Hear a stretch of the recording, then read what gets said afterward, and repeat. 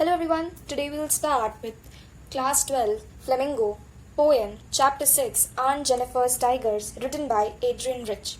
So this chapter is basically based on the ill effects or the adverse effects of patriarchal society that it has on women. Basically women are so oppressed. The main character, the main protagonist of this poem, Aunt Jennifer, is so oppressed, is so burdened because of her marriage that she even finds daily chores such as knitting so hard. She feels weak in the absence of her husband.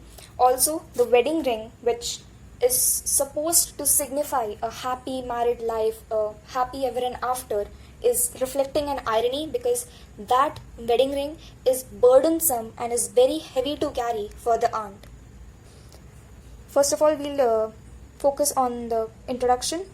The poem Aunt Jennifer's Tiger addresses the contrasts of married life of a woman, that life a woman experiences. So basically the whole poem is a representation of gender inequality, restrictions and lack of freedom to women, and the ill effects that patriarchal society has on women.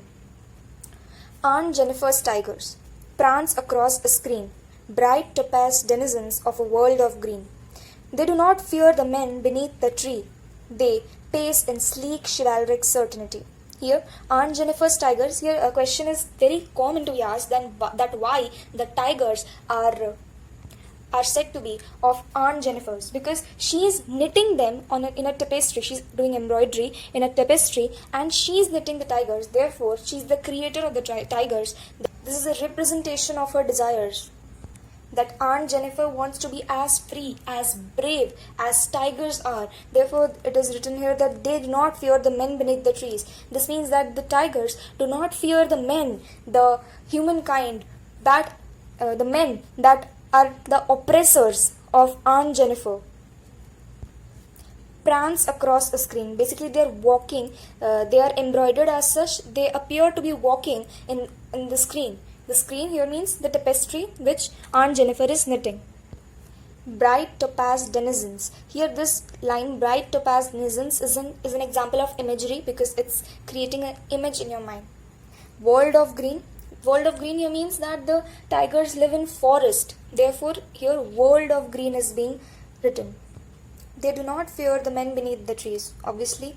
And here it is also a contrast because the men oppress Aunt Jennifer. Here the men can be the patriarchal society or the husband, anything.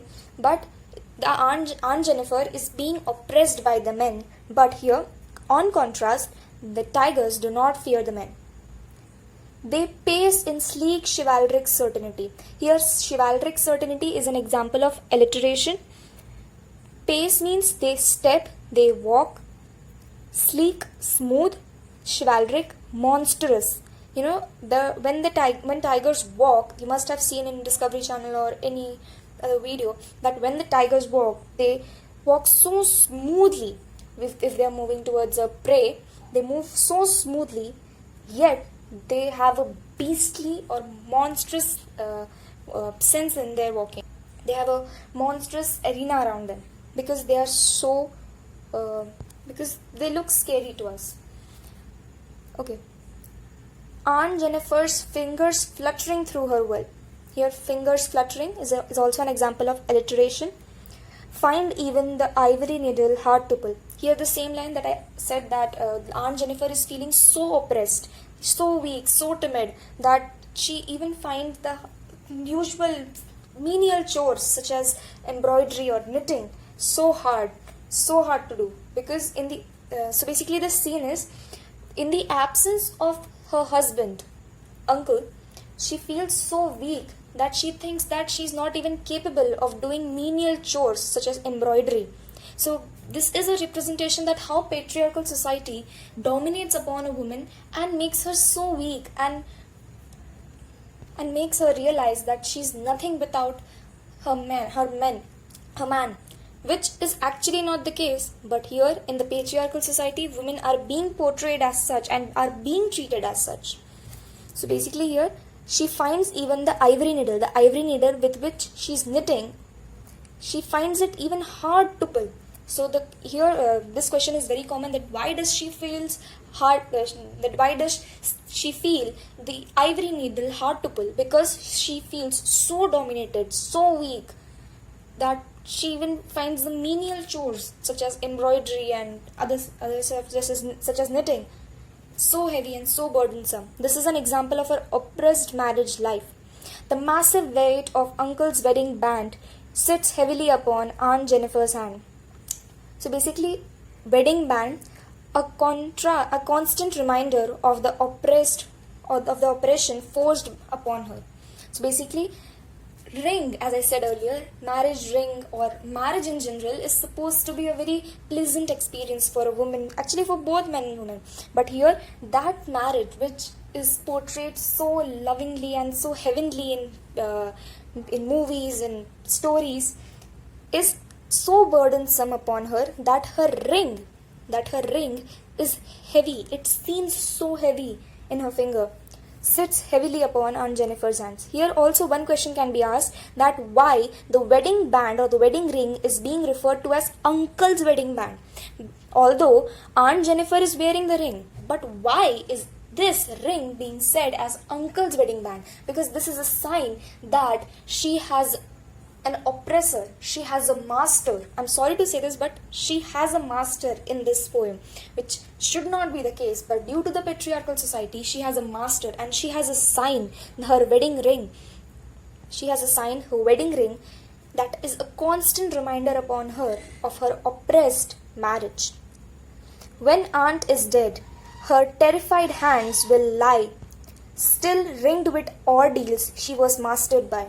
So basically, when Aunt dies, her terrified hands. Why terrified hands? Because even after being buried, she'll be remembered as the person, as the wife of Uncle, not Aunt as an individual identity. Here you can also refer to it as when women have to change their surname when they get married. Like, it's a choice now, but in that arena, it can be referred to as an example. You can remember it through an example. Her terrified hands. Her hands are still terrified. Why are they still terrified? Because she'll be buried with the ring that Uncle gave her. She'll still be buried with it. And that, even after her death, will be a constant reminder that she was oppressed by Uncle, that is her husband. Still ringed with ordeals. Ordeals here means unpleasant memories. Unpleasant memories. She was mastered by. So basically, she was mastered by the unpleasant memories of how the patriarchal society is oppressing upon her, how she has no individual identity. She's referred to as the wife of Uncle, and she has no individual identity, no scope, and she's so oppressed upon. She feels so weak. The tigers in the panel that she made will go on prancing proud and unafraid. So basically, the tigers that she knit will always remain brave and chivalric, and the men beneath the trees, that the man in general, will fear the tigers. The tigers will never fear the man. They will prance upon, they'll walk in the tapestry that is being knit by Aunt, and they'll walk with their brave and chivalric certainty. Here, prancing proud is also an example of alliteration. They'll be unafraid. So basically, this ringed you can explain the ringed with ordeals. Still, the marriage is still being weighing. The marriage is still weighing down upon her. Is still a burdensome upon her. Here, terrified hands can be referred to as synecdoche, because here terrified hands just does not mean the hands are scared. Here, terrified hands referred here to her oppressed marriage, the way she's treated by the society, by her husband, by everyone. She's so oppressed. So this is the end of the poem. You should remember that this whole poem is a symbol. It's a symbolic representation of the adverse effects of the patriarchal society. Also, one should remember the rhyming scheme of the poem, because it has been asked many times, the rhyming scheme about the poem. It is AABB, because screen green AA, tree certainty BB. Okay, and also the character sketch, comparison between the character sketch of Aunt Jennifer and the tigers is also a very common question. So Aunt Jennifer is old, timid. Timid means shy. timid can also mean easily afraid. So basically, Aunt Jennifer is old, frail, afraid, weak, and timid. Whereas the tigers, on the contrary, are made immortal by the Creator. This can also be a really good question, that why are the tigers immortal? The tigers are immortal because they'll always remain in the tapestry that Aunt is knitting. They'll never have to be buried, and they'll never have to bear the oppression, whereas Aunt would have to bear it throughout her life and even after her life. So that's why the tigers are immortal by the Creator. They are made immortal by the Creator. They are bold, courageous, they are chivalric, they are unafraid. The tigers here are symbol of strength and fearlessness and the epitome of freedom. Here, epitome meaning is the best example. Whenever you say the word epitome, it means it is the best example. So basically the tigers here are the best example of freedom and of confidence. They reflect the inner desires.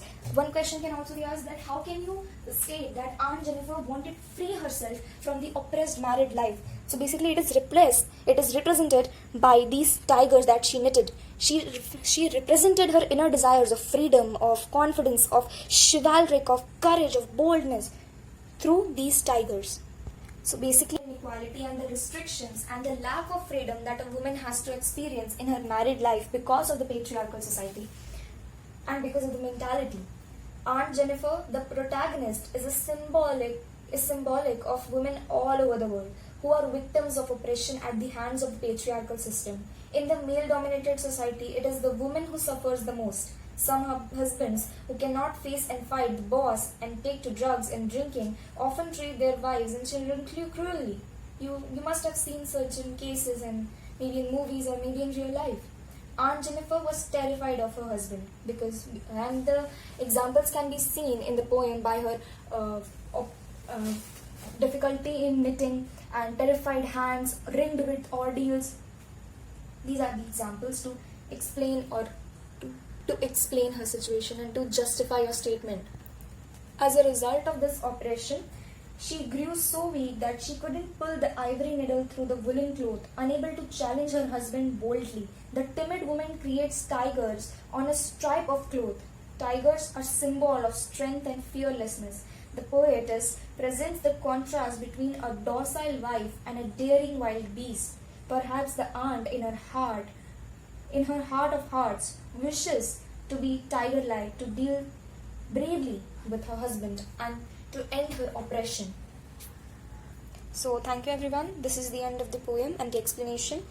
Also, this is a very, very important chapter because usually the representation or the message that the poem conveys, that the poetess conveys through this poem is often asked, and the value-based questions based on male chauvinism or patriarchal society are also very important. So thank you for watching. Make sure to like, share and subscribe to the channel, and I'll be bringing more videos. Thank you so much.